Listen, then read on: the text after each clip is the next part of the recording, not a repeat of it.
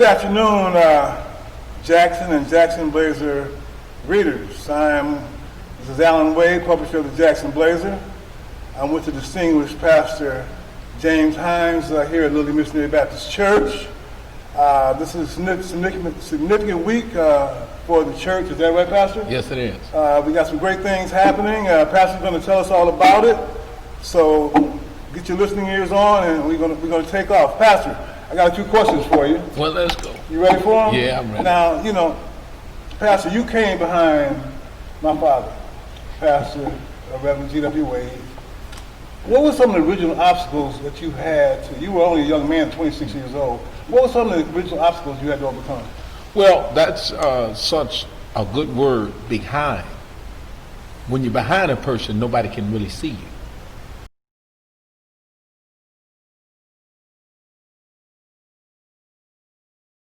Really, God not really here to follow such a person who's larger than I can even comprehend.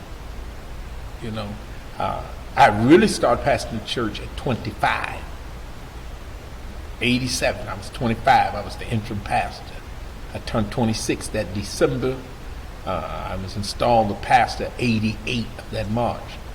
And really trying to get people to know that I had a job to do, and I really didn't know the job. I just was trying to do what I thought was right, just preach. I learned over the years the assignment that God had prescribed to me, but following your father, I tell people, Doug Williams said something about following the great Eddie Robinson. Some shoes you just bronze and put them up on the shelf. You don't try to wear them. They're too big. And that's the approach I took with following your father. I really didn't understand. I was not a church rat. I was a church baby. And what I mean is, some kids in the gym play every day. They know where the flow cracks, right, where the slick spots at. Yeah. That's a gym rat. Mm-hmm. I was just a gym boy. I know where the gym at. Yeah. I go to church. Yeah. And so following your father was a task that I had to eventually win the trust and the favor of the people. And sometimes you do and sometimes you don't. Well, that's such a difficult task at that age. You wasn't raised in this church. Yeah. And so I'm sure that half the church, I don't know the percentages, but everybody wasn't for you. Oh, I guarantee you that. And I still wonder, did they know who they was voting for? Right, yeah. So. Yeah. And I laugh, I just said that's all the confirmation to me that it was God. It's like when Joshua followed Moses. When I was installed that night, I heard so many preachers refer me to Joshua. And it didn't sink in until last Sunday. 34 years later, I was preaching a sermon, and my wife asked a question at home. We always go over the sermon with her questions. And I says, Joshua 4:16, after they crossed the Jordan River, the Bible said, God proved to the people that he had chose Joshua to replace Moses. Okay. And the people forever trusted Joshua. And this week is like our river that we've crossed. Okay, all right. Now, over the years, Pastor, your legacy has been one of preaching and one of finance. How would you describe your legacy compared to two? Well, I'm a compare three. Family. Okay. I always tried to set myself aside from any preacher through marriage and fatherhood. If you could generate more revenue than me with your gift, that was fine. If you could deliver the message better than me, that wasn't fine, but I could live with it. But I couldn't live with your marriage was better and your family life was better than mine. Okay. And so there is an order then? Oh yeah. Okay. Oh yeah. I would say family, preaching, and finance. Okay. Finance is highlighted because very few can do it. Yeah. at the magnitude God has blessed me to do it. Right. And I understand that. Okay. I still say God has given me one of the better whistles, and that's a preacher saying. Okay. You know. I don't know if that means you're a hooper. But anyway. I preach myself happy, as my kids said. Okay. He shouted, ain't nobody heard him yet. Yeah. Now, you know, even though that's probably not a fair question, simply because, in honesty, the two are so closely tied together that the order really is insignificant. You know, but for the sake of having to answer that question, then you I like to believe, you know, like my daughter says, your hair falling. I go, girl, I got a lot of hair. Long as I believe I got a lot of hair, I can live with it. Well, you know, let's focus on the raising money part. We know that you told us that your family is important to you. Saving souls is next, and then finance. You know, I interviewed you some months back, and you was talking about that. If I could just put it in perspective, you told me a scripture about money answers all things. Oh yeah. Yeah, but anyway, tell me about how hard was it to raise money in reference to mortgage burning and, you know, some of the accomplishments that you had in Lily. Well, I guess I first have to start off with, it was easy for me to raise money because it was much easier for me to give it away. And I figured out there was a relationship between. God groomed me early when I asked my girlfriend, Leontine, to marry me, and she said, I'm not going to marry a man without a job. I had graduated from college, and I wanted to marry her, and I didn't have a job. I did, but I was working for my father, $5 a day. And Leontine wasn't buying that. She wasn't going, I guess she said she got the bologna. If I can't break the bread, it ain't no deal. And so, my father made a deal with me that says I could keep his business open. It was a mechanic business. And all the money I raised after that, it could be mine. And I told God, if he give me a job, I'll give him every dollar I made. And I was rebuilding carburetors and transmission. Transmissions was $250 rebuilt, and carburetors was $75. And I had a backlog because everybody else was in Ben Harbor was charging $1,300, and my father had departed his craftsmanship to me. I became a licensed mechanic. Under the tutelage of your father. And so I built transmissions and carburetors, and I'm just putting money in a garbage bag. And one day I got a call from Consumers Powers in Jackson, Michigan. Didn't know where it was at. And they offered me a job. And I told them I would call them back. And they called me back an hour and offered me the job, $4,000 more. They went from $18,000 to $22,000. I wasn't trying to negotiate. I just wanted to be able to package my speech to ask my father for his blessing to leave home and go to Jackson. And when I asked him, he said, it's a desire for every father that his son will grow up and be on his own. Right. And I went into church that Sunday morning. My father was the pastor at Pleasant Grove. And I dragged in this laundry bag of money. And it was Sunday school taking an offering. And I pulled the bag of money in the tray, and it was just falling all over. My father said to me, I'll never forget, James L., you okay? I said, the Lord kept his promise. I'm keeping mine. And so money had never been something that I desired or wanted. It was just a way. But you understood the value. Oh, yes, really did. I was never a wasteful person because I come from people who taught the value of a dollar. And I came to Jackson, and when I became the pastor, I understand the significance of sowing.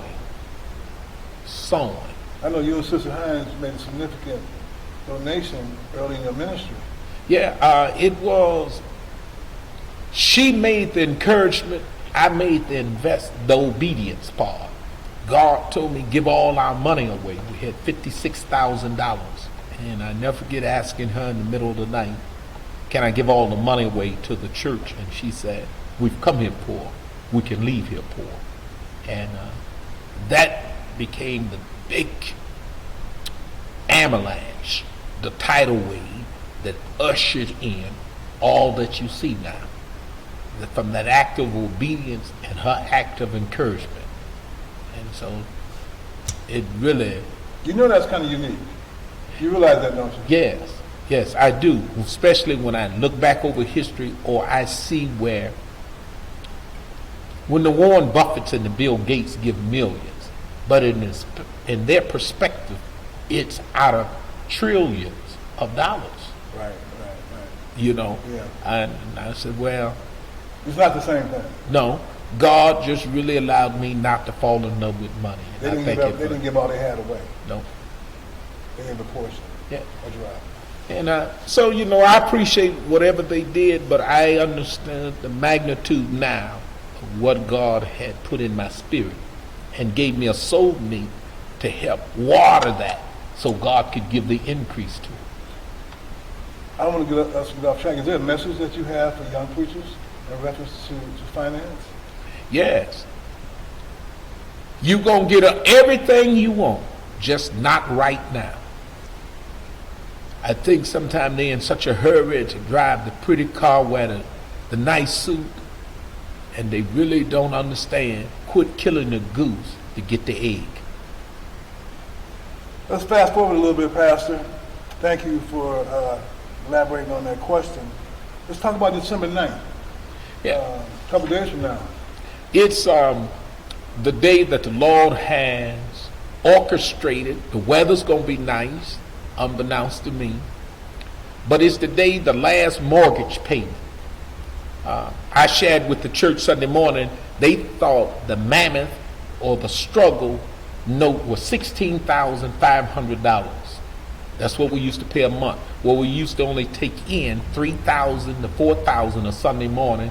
At the most, we would have $16,000. I want you to elaborate on that one more time. Yeah. I want you to tell our audience that upon the building of this church, the first very note was $16,500. Yes, that I let them know about. The real note was $85,000 a month. 85,000. 85,000. And I shared that with them, and I'm on December the 9th, I'm giving evidence of the bank receiving the payments of $50,000 and $30,000 and $16,000 a month. And God kept opening doors. I went to a friend's grandfather's funeral, and his grandfather had passed, and the bank was trying to send a note of foreclosure if I didn't come up with $250,000 to pay the note. And I had told the officers of the church, and we had a meeting, and they said, "What you gonna do?" I said, "Well, when I get back, I'll come up with a plan." And I went to a funeral, and the young man lived out of the state of Michigan, but we was childhood friends. His grandfather had passed, and he saw me, and I had words at his grandfather's funeral. And he said, "Huh, let me talk to you." And I said, "Yeah." He said, "Boy, you look stressed out. What's wrong?" I said, "It'll be all right." And I shared with him, and he says, "I have my grandfather life policy, $250,000. He wants me to give it to you." And I brought $250,000 back and paid the notes. And then God just opened another door and another door. And then we refinanced the note and got it down to $16,500, and we dealt with that about 5 years. And God bless, I could lease out the back of the building for $8,500 to Highfields, and that lasted for 2 years. And then I refinanced the note, and it went down to $12,500. So December the 9th is going to talk about the journey and really the struggle in the valley. It really is just a shadow of death. It's not death, it's just a shadow. And that's So what you, December the 9th. You telling us you trusted God. Yes, I didn't have no other choice. I had walked out on the water like Peter, and I felt like sinking. But when I called his name, he didn't beat me down. He just gave me a hand and lifted me up. And I tell people, when your children or your loved one is sinking, they need a hand. They don't need to be beat down. That's quite a message. Pastor Hines, now, that was 20 years ago. Yeah. In 20 years, what direction have you tried to lead the church in, that's a fair question to ask you. Winning souls and understanding. Quit trying to grab and keep everything. Try to pass things on. I'm really trying to take the church now from harvesting. It was the time we had to get all our money to pay all these bills. Now we're harvesting, but we're sowing. We're going to try to sow a lot. And that's one of the events that's going to happen. I'm asking the Christians and saints all over the country to come in and give an offering and be blessed with souvenir package. Blessed Oil by Bishop Roger Jones, myself, and Sister Hines. We'll come back to that.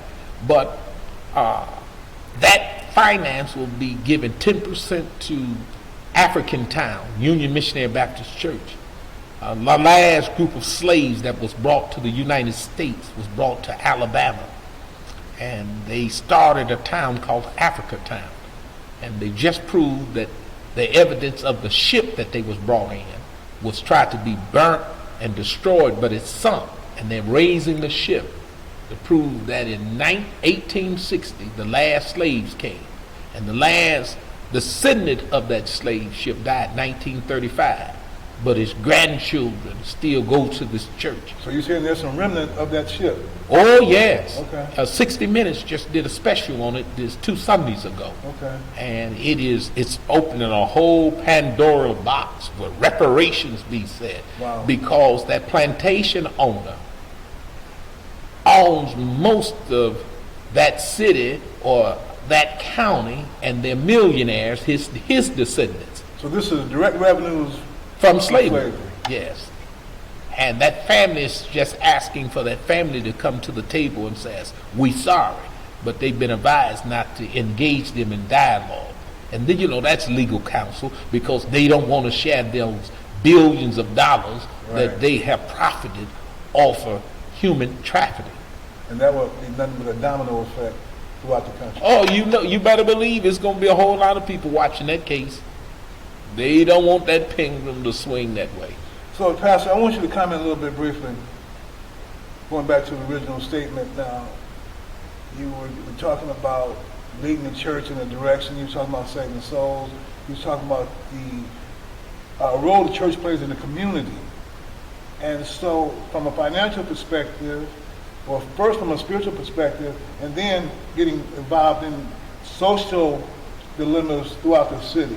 Comment a little bit on that in terms of, finance and giving and... Well, finance is the key to everything. It's the foundation to build anything on. Just envision this, if you please. A church tells all of its leaders, you're not going to borrow money from the bank, the credit union. You're going to borrow money from the Holy Ghost Church. The interest you pay the bank, you're now going to pay the church. And when you get past building enough wealth, now you go from buying your cars to buying your homes. So the church becomes the bank, or you become the bank. That's something that I tell people. The richest people in the world, the Rothschilds, became the bank. They borrowed money from themselves to pay themselves the interest.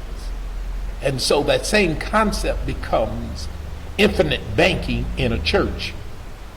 When churches, members borrow money from the church and pays the church back with interest, the wealth grows, and then the community is being helped. I still say there should be meat in God's storehouse. And so then your voice is louder when your wallet is larger. Listen, we didn't get free because they was just sympathetic. They got hurt in their pockets. When you stop riding buses, stop ordering food, people says, we can hear your voice because you affect our pockets. And the more we train each other about finance, it will change the playing field. Watch this. When you was a boy and I was a boy, our parents could work 30 years and get a pension check. They didn't need any education about stocks and bonds. They just entrusted the companies to take care of the money and pay them a pension until they died. Now this is the significance of this. The company would invest thousands of dollars and build a pot so large that they could send a check to that employee who retired monthly. When that employee dies, the check stopped. But what happened to the pot of money? It certainly don't stop. No, the company kept the money. Now they don't have pensions no more. They tell us have 401ks, but most of us don't have the tool set to be able to manage our own money. So what's going to happen when we get ready to retire? You're going to have a whole generation of bankruptcy.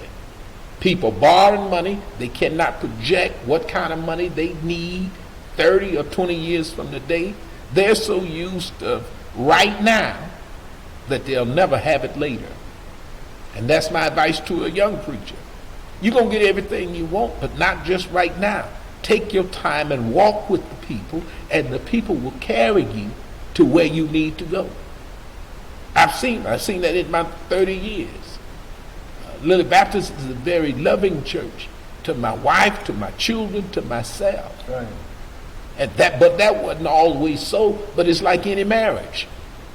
It get better with time. There you go. It progresses.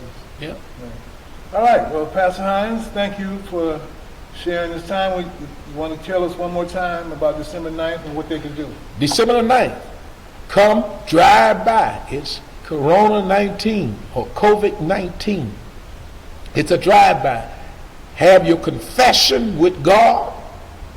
Give God thanks for what he did here and left a symbol of overcomers.